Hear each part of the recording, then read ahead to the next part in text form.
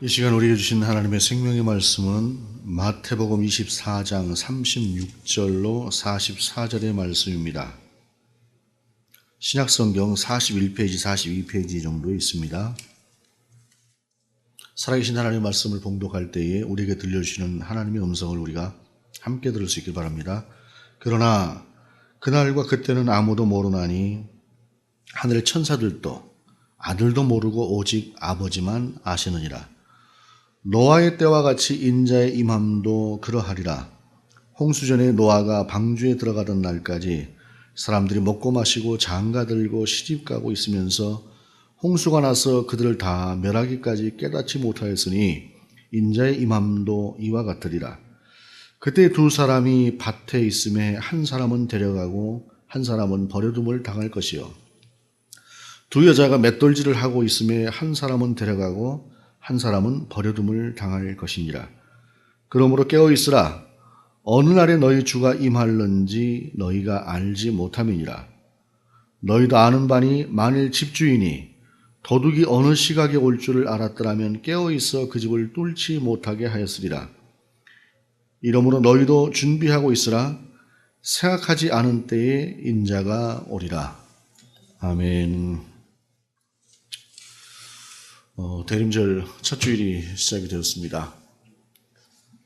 그때라는 시간보다 그때의 나라고 하는 것은 어느 때라고 하는 것이 중요한 것이 아니라 그때에 내가 어떤 모습으로 서 있을 것인가 라고 하는 것이 중요하다라고 하는 그런 의미의 제목입니다. 20여일 전 포항에서 지진이 일어났었죠. 다행스럽게 사상자는 없었죠. 죽은 사람은 참 그나마 다행이다 싶습니다. 왜냐하면 잃어버린 것들이야 다시 고칠 수가 있는 것이지만 사람의 목숨이라고 하는 것이 한번 없어지고 나면 다시 올 수 없는 것이기 때문에 그렇다라는 것이죠. 또 그러고 났더니 이제 얼마 전에 또 발리에서 또 화산이 폭발을 해서 많은 사람이 죽었고, 또 우리 그 관광객들도 그곳에 갔다가 발이 묶여서 발을 동동 구르는 그러한 일이 있었습니다. 발리라고 하는 섬이 섬은 굉장히 크더라고요. 굉장히 큰 섬인데 또 아름다운 섬이다라고 하고 요새 이제 사람들이 많이 그곳을 가는 것 같습니다. 그곳을 갔을 때에 그 발리라는 섬을 자주 가는 사람들도 있겠지만 대부분의 사람들은 정말로 큰 마음을 먹고 정말로 일생에 한두 번 갈 만한 그런 준비를 해서 그곳에 갔을 텐데, 그걸 미리 알았다면 그곳에 갔겠습니까? 귀한 시간 내고 귀한 경비 내고 해서 갔던 그 시간들을 조금만 한 일주일만 미리 알았다고 해도 아마 많이 달라졌을 텐데, 우리는 그렇게 미래를 알지 못하는 한 치 앞을 알 수 없는 그러한 삶을 살아갑니다. 그럼에도 불구하고 우리는 꼭 미래를 알고 싶어 하죠. 내일 어떻게 됐으면, 또 뭐가 어떻게 될 것인지 라고 하는 것들에 대한 관심이 많습니다. 바로 오늘 본문도 이제 그런 말씀이에요. 오늘 본문이 쓰여진, 그러니까 오늘 본문의 말씀의 그 배경은 예수님께서 십자가 달리시기 한 3일 전쯤, 그 정도쯤 해서 우리 주님께서 제자들에게 하셨던 말씀이에요. 특별히 이제 당신이 십자가에 달려 죽으실 것뿐이 아니라 다시 오실 것이라고 하는 것에 대해서 말씀하시면서 처음에 이제 말씀을 꺼낸 것이 어떤 것이었었냐면 예루살렘 성이 무너질 것이다 라고 하는 것에 대해서 말씀하셨어요. 예루살렘 성전이 무너지고 그 다음에 큰 재난과 환란이 임할 것이다. 그리고 그 뒤에 내가 너희 가운데 올 것이다 라고 이야기를 하니까 당연히 제자들이 궁금하지 않겠어요? 그때가 언제일까요? 라고 하는 그 궁금증을 가지고 있는 제자들에게 36절에 그러나 그날과 그때는 아무도 모르나니 하늘의 천사들도 아들도 모르고 오직 아버지만 아시느니라 라고 하시면서 결론적으로 모른다라는 것이죠. 그때는 모른다라는 것이에요. 특별히 오늘 본문에서 천사들이 모르는 건 이해가 가는데 다시 오실 당사자인 당신께서 당신도 모르신다라고 하는 이 말씀을 가지고 초대교회의 그 아리우스라고 하는 사람 같은 경우는 예수님은 하나님이 아니시다. 성자 하나님이 아니시다. 삼위일체 하나님이 아니시다. 라고 했던 이제 그런 사람들 같은 경우에는 오늘 본문을 들어다가 예수님께서 성자 하나님이시면 그걸 모른다고 하겠느냐? 라고 하시면서 이 본문을 인용하기로 했었습니다. 그런데 오늘 본문은 그것이 중요한 것이 아니다. 어느 때가 중요한 것이 아니라 중요한 것은 그것이 실제다라고 하는 것. 그리고 그것이 어느 때인가라고 하는 것보다 거기에 대해서 준비하고 사는 삶이라고 하는 것이 더 중요한 것이다라고 하는 것을 말씀하시기 위해서 우리 주님께서 나도 모른다라고 하셨던 것이다라는 것이죠. 그러면서 주님이 이렇게 말씀하셨어요. 노아의 때와 같이 인자의 임함도 그러하리라 라고 그렇게 말씀을 하십니다. 본문을 보게 되면 38절에 홍수전에 노아가 방주에 들어가던 날까지 사람들이 먹고 마시고 장가들고 시집가고 있으면서 라고 말씀하시면서 그냥 그렇게 일상을 살았던 사람들 가운데 어느 날 홍수가 임했던 것처럼 그렇게 될 것이다 라는 것이죠. 참 그냥 뭐 단순하게 이렇게 말씀하셨지만 그러나 그 단순한 말씀을 통해서 제자들이 생각했던 것은 노아의 부르심, 그가 하나님 앞에서 방주를 만들었던 과정, 그리고 그 과정들 가운데 주변에서 보면서 보였던 사람들의 반응들, 이런 것들이 한꺼번에 제자들 가운데 다 쏙 들어왔을 거예요. 그러면서 한눈에 우리 주님이 무엇을 말씀하시는가라고 하는 것을 그들이 알았겠죠. 우리가 창세기 6장, 7장 이쪽 무렵을 보게 되면 분명히 그곳에 나오죠. 5장 말미엔가 보게 되면 그때 죄악이 관영했다라고 되어 있습니다. 이제 개역 한글에는 죄악이 관영했다고 되어 있고 개역 개정에 와서는 이제 죄악이 아마 가득 찼다라고 하는 쪽으로 이제 번역이 되었을 것입니다. 어찌됐든 그때 당시에 죄악이 가득 찬 세상이었는데 노아만 하나님의 부르심을 받았어요. 그런데 여러분 가만히 생각을 해보게 되면 노아만 하나님의 음성을 들었을까요? 왜 노아만 하나님의 음성을 들을 수 있었을까요? 하나님은 노아에게만 말씀하셨을까요? 분명히 그것은 아닐 것입니다. 적어도 노아가 방주를 만드는 그 긴 시간 동안에 노아의 입을 통해서도 여러 번 들을 수 있었을 것입니다. 그럼에도 불구하고 그들은 듣지 않았습니다. 주파수라고 하는 것이 있죠. 주파수라고 하는 것. 그것은 주파가 날아가고 그 주파수를 받는 채널이 맞춰지고 양쪽이 맞춰졌을 때 소리가 나는 것이지 어느 한쪽만 있다고 소리가 나는 것은 아니에요. 옛날에 제가 이 말씀을 준비하면서 떠올랐던 것 중에 하나가 어떤 것이었었냐면은 박완서라고 하는 분이 썼던 그 책이 있죠. 자기의 생생한 그 경험을 통해서 썼던 한 말씀만 하시옵소서라고 하는 그 책이 있어요. 26살짜리 아들이 그 독자였어요. 독자였는데 그때 늦게 자식을 봤는데 얘가 이제 서울대 그때 의대를 다니고 있었는데 사고로 죽었습니다. 독자였던 아이. 그리고 무엇보다도 그 아이에게 모든 것을 다 쏟았던 그 아이가 죽었을 때에 엄마로서의 그 심정이라고 하는 것이 어떻겠습니까? 이것을 우리가 뭐 직접 경험해보지 않는다고 할지라도 어느 정도는 느낄 수 있을 거예요. 당사자만큼 느끼지 못한다고 할지라도. 더군다나 신앙을 갖고 있는 입장에서 하나님 왜 그러셨습니까? 라고 하는 질문이 당연히 나가지 않았겠습니까? 그 절망스러운 순간, 그 상황 속에서 그가 했던 것은 한 말씀만 해달라고. 왜 데려가셨느냐 한 말씀만 해달라고. 하나님 그렇게 물었죠. 근데 하나님께서 내가 왜 데려갔다라고 말씀하셨던가요? 말씀하시지 않지요. 하나님은 침묵하시고 자기 자신은 절망하고 그 절망하는 과정에서도 배는 고프고 꾸역꾸역 먹는 자기 자신이 저주스럽고 하는 그러한 과정 속에서 그가 하나님을 떠났을까요? 놀라운 것은 그 침묵 속에서 하나님의 사랑을 깨닫고 발견했다라고 하는 사실입니다.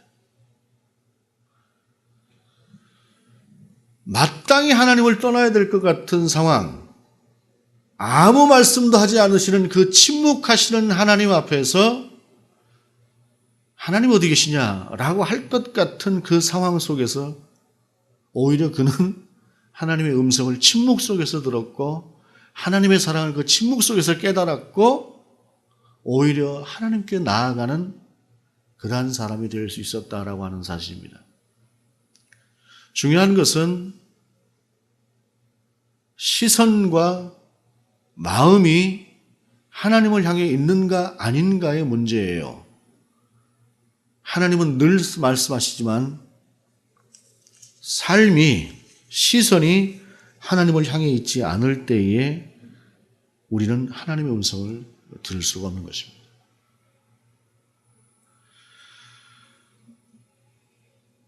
(39절에) 홍수가 나서 그들을 다 멸하기까지 깨닫지 못하였으니 인자의 임함도 이와 같으리라. 배를 만들었던 그 기간이 몇 년인지는 정확하게 모릅니다. 그런데 한 4,000년 이상 전쯤 되었을 것이라고 생각되는 그때에 많은 사람들이 다 달라붙질 않았을 것이에요.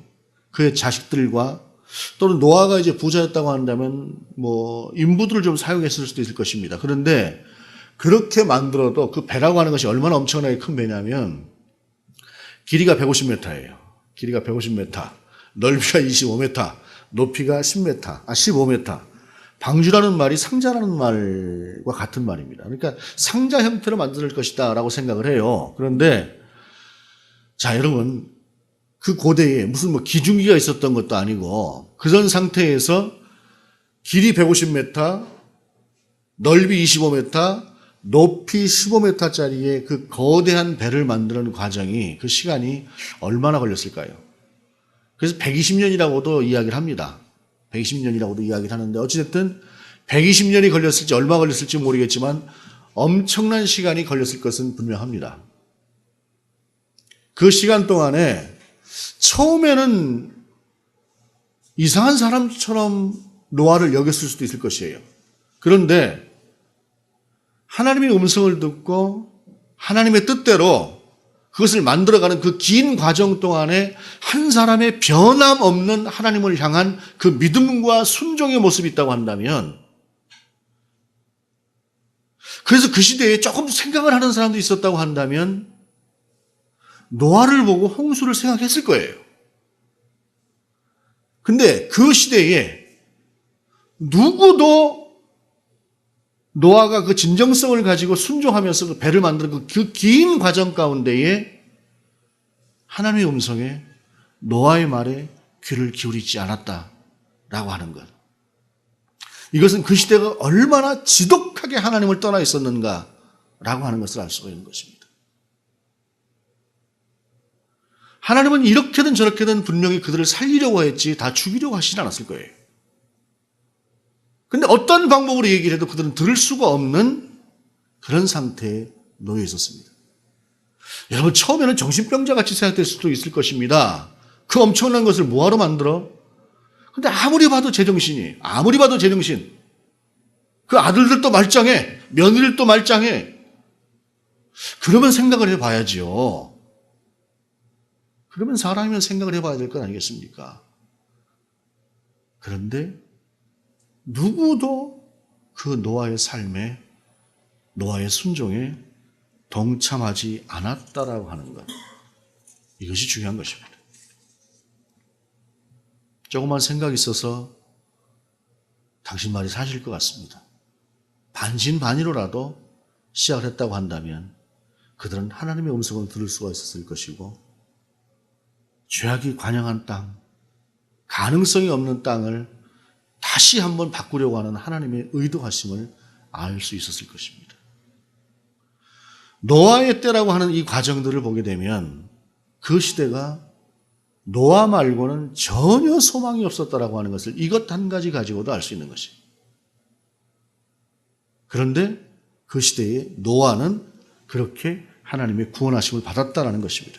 40절에 그때 두 사람이 밭에 있음에 한 사람은 데려가고 한 사람은 버려둠을 당할 것이요, 두 여자가 맷돌질을 하고 있음에 한 사람은 데려가고 한 사람은 버려둠을 당할 것이니라. 직장에서 같이 일하고 있는데, 한참 일하고 있는데 누구는 하나님의 부르심을 받아서 딱 하나님 앞에 데려가고 누구는 버려둠을 당할 것이라는 것입니다. 이게 일하는 사람들에게만 그럴까요? 만일 주일날 하나님께서 한 11시 반쯤 오신다고 한다면 어떻게 될까요? 지금 11시 35분 넘어가고 있는데 35분쯤 되고 있는데 지금 이 가운데 하나님께서 임하신다고 한다면 다행스럽게 우리는 다 하나님 앞에 데려감을 당할 것입니다. 그런데 그것은 우리 교회의 문제고 세상에 있는 모든 교회들의 11시 반쯤에 하나님이 임하시는 그때에 모든 사람들이 다 데려감을 당할 수 있을까요?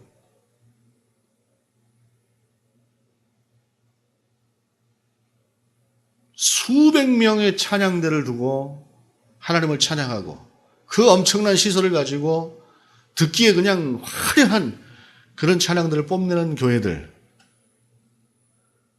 그 가운데서 거룩한 모습으로 하나님을 찬양하고 있는 것 같은 그러한 모습을 가진 사람들, 그들이라고 해서 다 100% 구원을 받을 수 있을까요? 이 부분은 좀 깊이 우리가 생각해 봐야 될 문제입니다. 그래서 주님 말씀하시죠. 누구는 버려둠을 당하고 누구는 데려감을 당한다는 것인데 중요한 것은 위협적으로 느껴지고 어쩌면 공포감처럼 느껴지는 그때 그 상황, 그것이 중요한 것이 아니라 깨어있는 것이 중요하다는 것이죠. 그래서 주님 말씀하십니다. 그러므로 깨어있으라. 어느 날에 너희 주가 임할는지 너희가 알지 못함이니라. 중요한 것은 깨어있는 것이라는 것입니다. 40년쯤 된 것 같아요. 40년쯤 된 것 같은데 그때 제가 섬기던 교회에 목사님이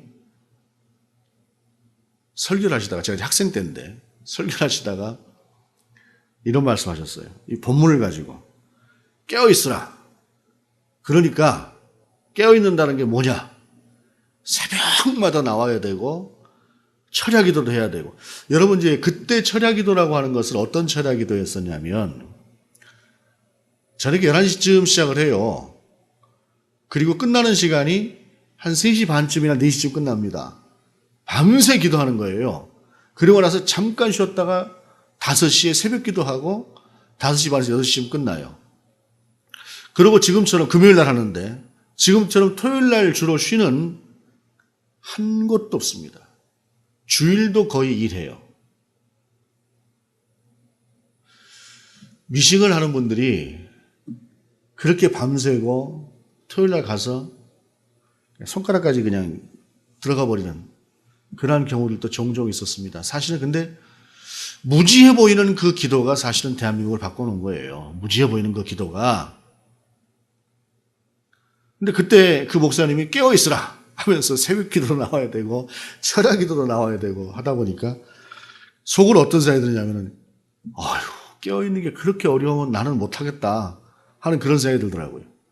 한참 자고 싶고 잠 많고 또 자야 되고 할 만한 그때 새벽마다 나와야 된다 그러고 밤새 깨어있어야 된다.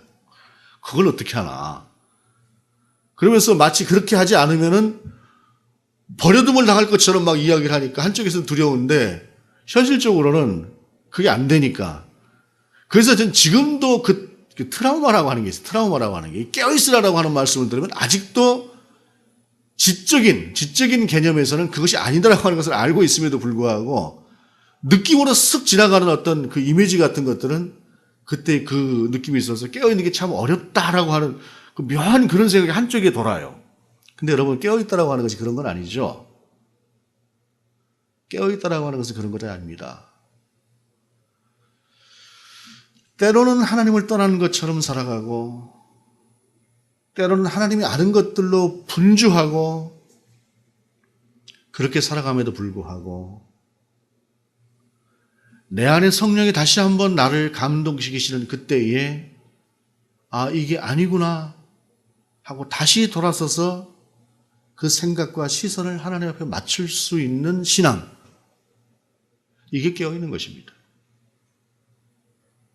겉으로 100번 옳은 것처럼 행동을 해도 그 안에 하나님을 향한 그 시선과 그 생각이 없다면 그 사람은 자는 사람이지 깨어있는 사람 아닙니다.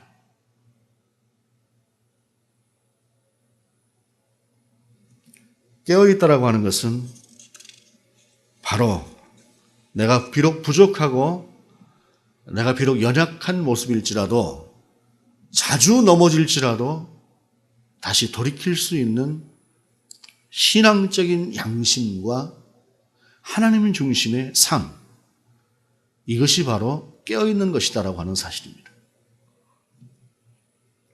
43절에 너희도 아는 바니 만일 집주인이 도둑이 어느 시각에 올 줄을 알았더라면 깨어있어 그 집을 뚫지 못하게 하였으리라.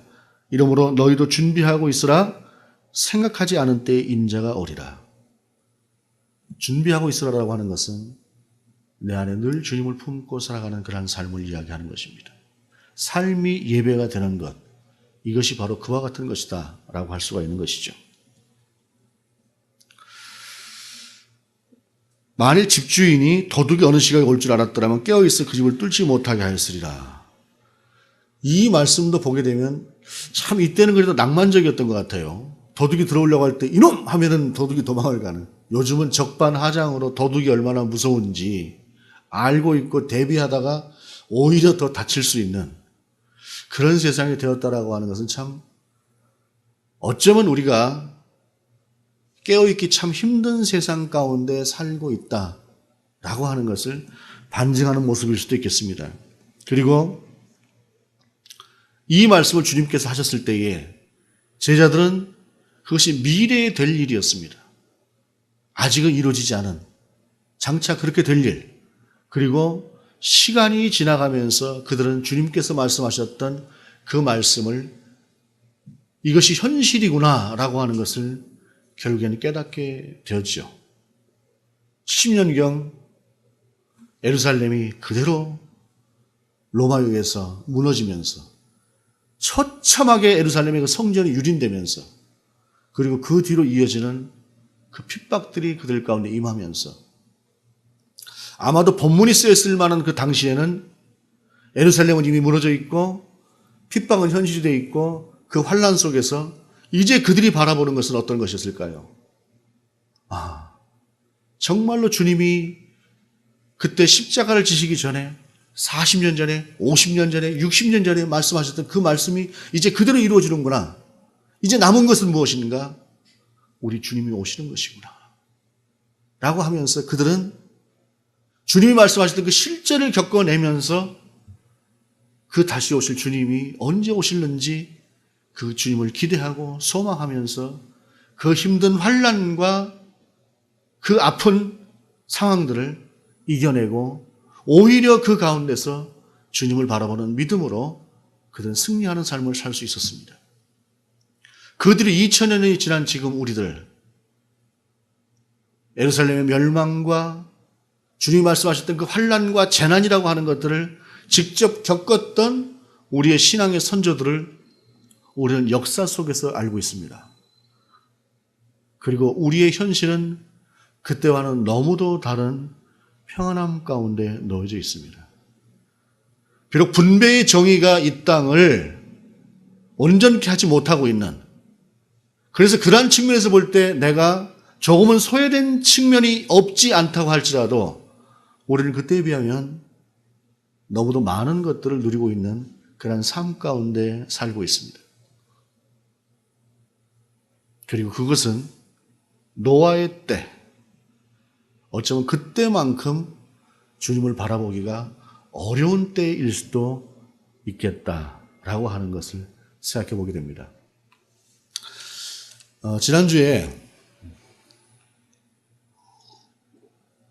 제가 이제 어깨가 왼쪽에 오십견이 왔다가 왼쪽은 나았는데 오른쪽에 또 이제 오십견이 와서 병원에 가서 약을 타서 먹어보면 좀 나은 것 같아서 먹을 때 뿐인 것 같지만 또 병원 한번 갔어요. 병원에 가서 약을 타가지고 오는데 이제 약국에 가서 처방전을 내밀고 이렇게 하니까 약사 하는 얘기가 약 먹어봐요. 얼마나 소용이 있겠습니까? 하는 그런 표정으로 저를 이제 쳐다보더니 운동하셔야 돼요. 그러더라고요. 그러면서 또 하는 얘기가 이제 평소에 원래 말을 많이 하는 약사는 아니었는데 그날따라 이제 뭔가 좀 자기속에 이제 들어있는 게 있었는가 이 얘기를 하다가 선생님 세대는 그냥 100세 사십니다. 100세 사세요. 100세 사시려면은 건강 관리해야 되는 겁니다. 그러니까 운동하셔야 되고 쭉 그 관리를 잘 하셔야 되는 거예요. 하면서 그 100세 시대 이야기라고 하는 것을 막 재밌게 이야기를 하더라고요. 그리고 20년쯤 후에는 뭐 우리가 이제 이 줄기세포니 뭐니 하는 것들이 뭐 이렇게 발달을 해서 간이 안 좋으면 그냥 간 통째로 갈아내면 되는 거고요. 심장이 안 좋아도 심장 통째로 갈아내면 되고 해서 이 천세 시대가 이게 정말 열릴지도 모릅니다. 하는지 그런 얘기를 하더라고요. 근데 오래 산다라고 하는 것 자체에 그렇게 큰 관심은 없었던 것 같은데 그날 저보고 100세 산다고 하니까 기분 좋더라고요. 선생님 세대는 100세 삽니다. 100세 이상 갑니다. 하고 이게 쭉 이야기를 하니까. 그러면서 상당히 뭔가 좀 기분이 업된 상태로 그렇게 집에 들어왔어요. 그런데 그렇게 산다고 해도 100세지, 뭐 길게 잡아서 좀 더 산다고 해도 그 세월이라고 하는 것이 과연 영원한 것, 이런 것은 아니지 않겠습니까? 얼마 전에 빌레몬서 여러분 같이 했었죠? 빌레몬서 공부할 때 그 빌레몬서 안에 뭐라고 하는 말이 나오냐면, 나이 많은 나 바울은 이렇게 이야기를 해요, 바울이. 그때 바울이 50세에서 55세였을 거라고 생각을 합니다. 저보다 젊은 사람이. 근데 저는 이제 어디 목회자들 세계에 가보면은 제가 아직 젊어요. 바울보다 제가 나이가 많은데, 그때보다. 근데 어찌됐든 세월이라고 하는 것이 길어봐야, 아무리 길어봐야 거기서 거기라는 것이죠. 그런데 우리는 방자하게도 100세가 영원한 것처럼 살아가지요. 100세가 영원한 것처럼 살아간다는 것입니다. 장기를 통째로 갈 수 있다라고 하는 그 앞에, 그 의학이라고 하는 그 기술 앞에 그것이 하나님인 양 살아갑니다. 여러분, 그렇게 사는 것은 자는 것입니다. 모든 것을 다 누릴지라도, 그 혜택을 내가 다 받을지라도, 그러나 내가 하나님 앞에 선다라고 하는, 다시 오실 그 주님 앞에 선다고 하는 그 사실을 잊지 않고 살아가는 삶, 그리고 그것을 순종이라고 하는 내 삶으로 만들어내는 그 믿음, 그것이 깨어있는 삶이라는 것입니다. 새벽 기도 안 나와도 됩니다. 우리 뭐 철야 기도 하지 않지만 금요 기도에 나오지 않아도 됩니다. 사정이 있으면 주일날 빠져도 어쩌겠습니까? 중요한 것은 그것이 아니죠. 부족하고 연약한 모습일지라도 하나님 바라보며 우리를 위해서 십자가에 달려 죽으신 그 예수 그리스도를 우리 안에서 다시 한번 묵상하며 다시 오실 그 주님을 바라보는,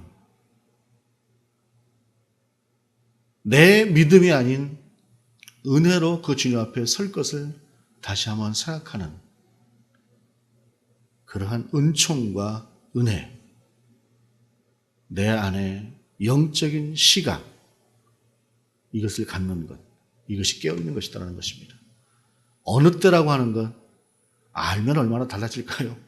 알면 중요한 것은 지금의 내가 그때의 나일 것이라고 하는 사실입니다.